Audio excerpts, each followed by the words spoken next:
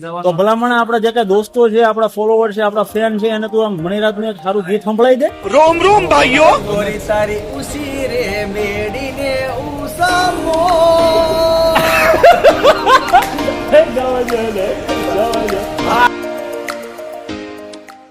તો નમસ્કાર મિત્રો, આજે પૂરા દિવસમાં મળી ન હોય ત્યાં ફાઇનલી મળવાનું થયું અત્યારે લેટ નાઇટે.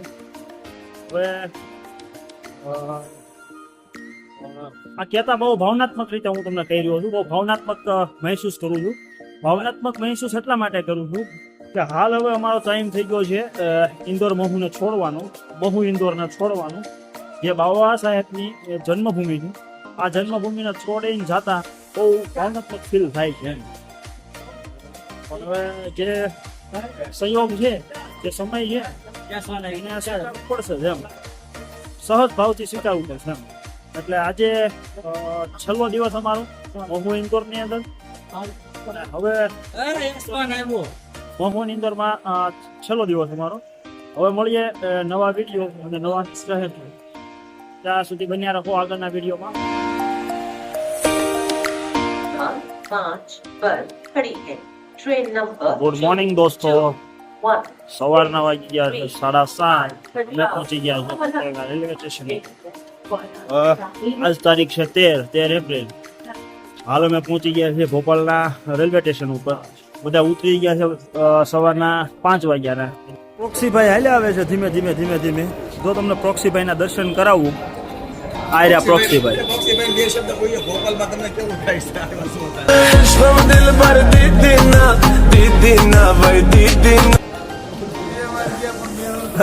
પ્રોક્સીભાઈ, તમે સવારે 5 વાગ્યાના તમે ભોપાલમાં ઉતરી ગયા છો, તો તમને કેવો આનંદ આવે છે? બહુ આનંદ આવ્યો છે ભાઈ.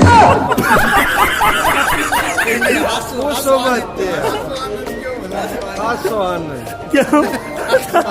તમારું મોઢું અને તમારા રૂમ રસ્તો કઈક અલગ જ કહે છે.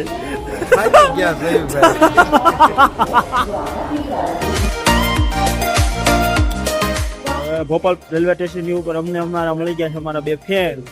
કેતન ની હારે વાતચીત કરે છે. કેતન, એનું નામ શું છે? એલા જો આ કેતન ના છે પાકા ફેન. જો જો જો જો આને શરણાગતિ હોત સ્વીકારી લે.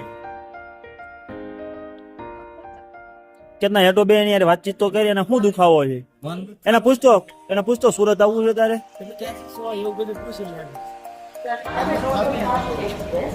નામ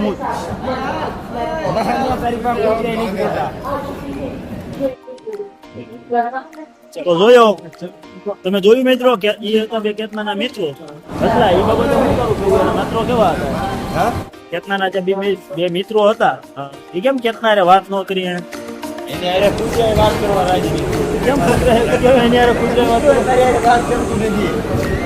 અરે કેતનાની રિપોર્ટેશન તો પર્સનાલિટી એટલી ડાઉન તો નથી એમ કે તમે એની હારે એવી રીતે વ્યવહાર કરો એમ. નજર સામું છે, જોયું છે વિડીયોમાં, નથી વાત કરી. તો દોસ્તો, હવે અમે તમારી ઉપર છોડીએ છીએ કે ભાઈ તમે કોમેન્ટમાં જણાવો કે આ જે રીતે હસલો વાત કરે છે એ વાત સાચી છે ખોટી છે એમ. લઈ લીધું.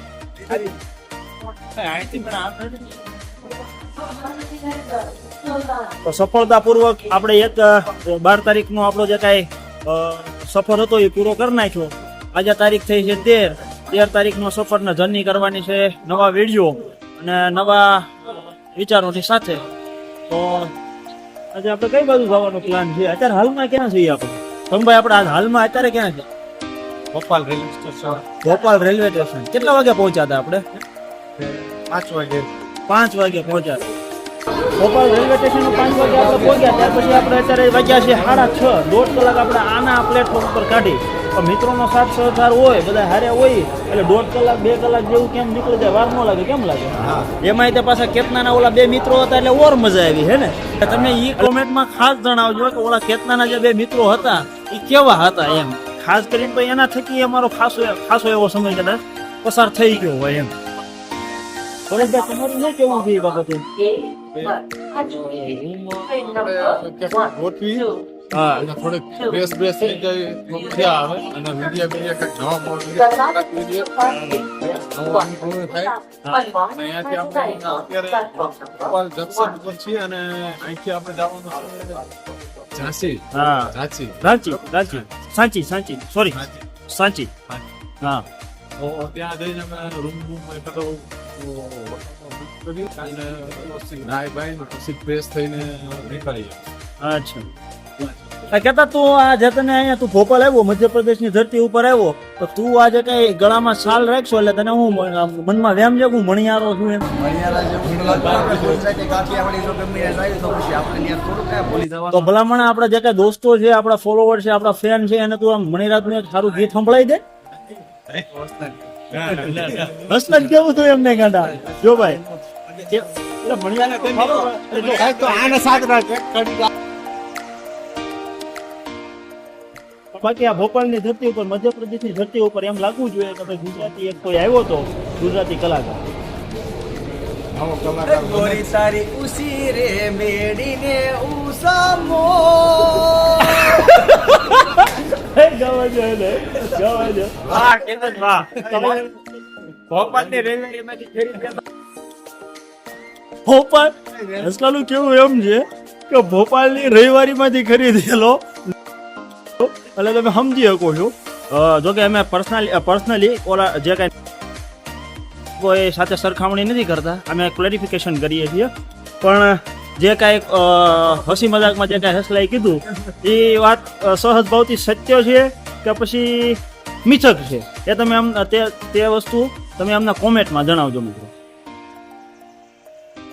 જેમ સુરતની અંદર જેમ ચાલે છે મેટ્રોનું કામ એવું ભોપાલના રેલવે સ્ટેશનના એકદમ નજીક અહીંયા પણ મેટ્રોનું કામ ચાલી રહ્યું છે.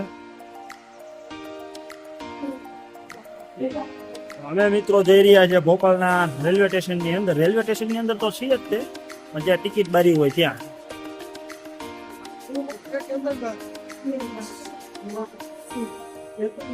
આગળ અમારો ઇંતજાર પકાભાઈ કરે છે. આપણે વાત કરીએ પકાભાઈ હારે. આ પકાભાઈ આ ભોપાલના સ્ટેશનની અંદર તમને એવું તો શું અવનવું લાગ્યું?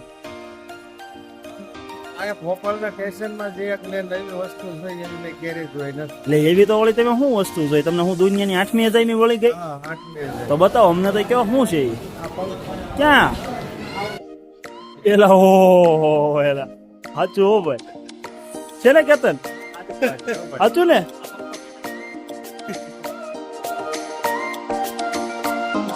ભોપાલ રેલવે સ્ટેશન થી બહાર આવી ગયા છીએ ચા પીવા માટે.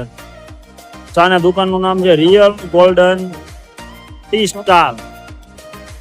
હવે આ બધા પાસેથી ચાના રિવ્યુ લેવાના છે. આપણે સુરતમાં જનરલી ચા પીતા હોઈએ, સ્વાભાવિક છે કે આપણે જયારે બહાર જતા હોય એટલે આપણને થોડુંક અવનવું લાગે, પણ તોય અહીંયા પૂછી આવડાના ચાના ઓપિનિયન લઈએ કે એને ચા કેવી લાગે.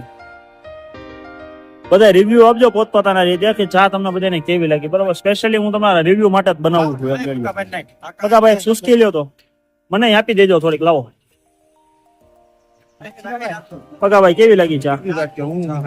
સારી છે. ધર્મેશભાઈ તમને કેવી લાગી ચા? જેવો હોય એવો રિયાલિટીમાં આપણા દેહ હારે આપણા પ્રાંત હારે જોડીને તમે એને મત આપજો.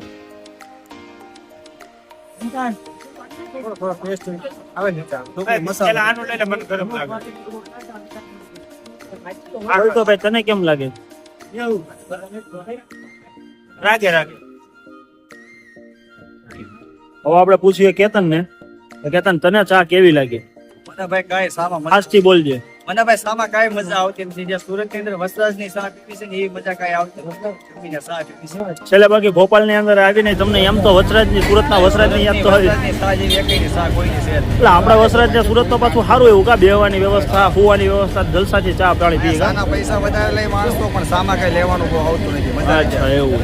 આ તો પછી પીવી પડે તે. અચ્છા, ચારના ઓપિનિયન માંથી કેતનનો ઓપિનિયન અલગ પડ્યો. હવે ભરતભાઈ પૂછ્યો. ભરતભાઈ તમને કેવું લાગ્યું?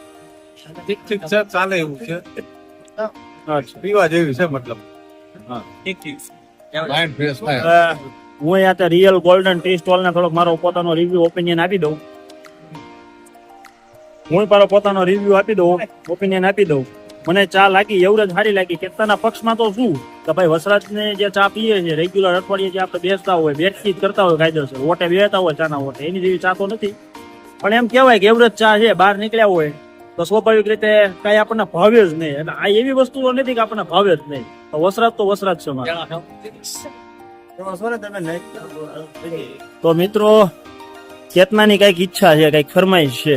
શું છે કેતના તારી ઈચ્છા? હસમુખભાઈ છે આ ભોપાલ ની અંદર પાણી પીને આપણને બતાવો કે પાણી કેવું છે ભોપાલ.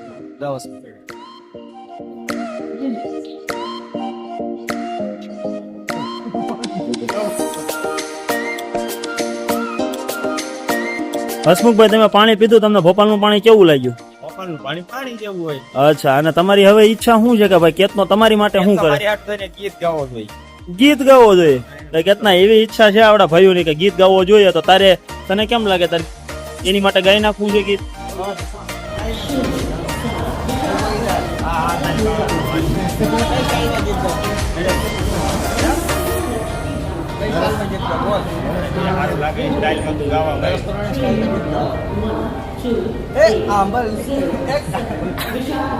દાંત નહીં કાઢતા ભાઈ.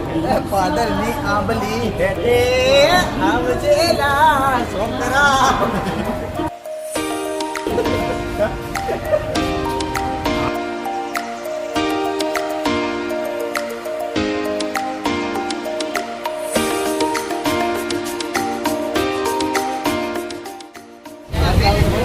આ દાદા બધા જો ઠેલા લઈ લઈને ઉભા રહી ગયા છે. લાગે છે કે પોતાનું સ્ટેશન આવી ગયું હોય મંજિલ આવી ગયું હોય એ રીતના તૈયારી પૂરા જો હમણાં મૂળ ઓદેના ઓફ હતા તમે જોયા હતા ને પકાભાઈ નું મોઢું. બે 3 દિવસથી રાતે કોઈ હરખું હોતું નથી. રાત્રે માત્ર 2 કલાકની ઊંઘ કરે છે પણ તોય દોઈ લો બધાના મોઢા. બે કલાક પહેલા જ હમણાં સમથિંગ હું તમને કહું 6 વાગ્યા બધાના મોઢા કેવા ઉતરી ગયેલા કઢી જેવા હતા ને અત્યારે તમે જો ખાલી એના પોતાના પડાવ સુધી આવ્યા ને તો પછી આમ જો ઉત્સાહ જો મોઢા પકાભાઈ ને જો ગુલાબ જેવું મોટું થઈ ગયું જો તો.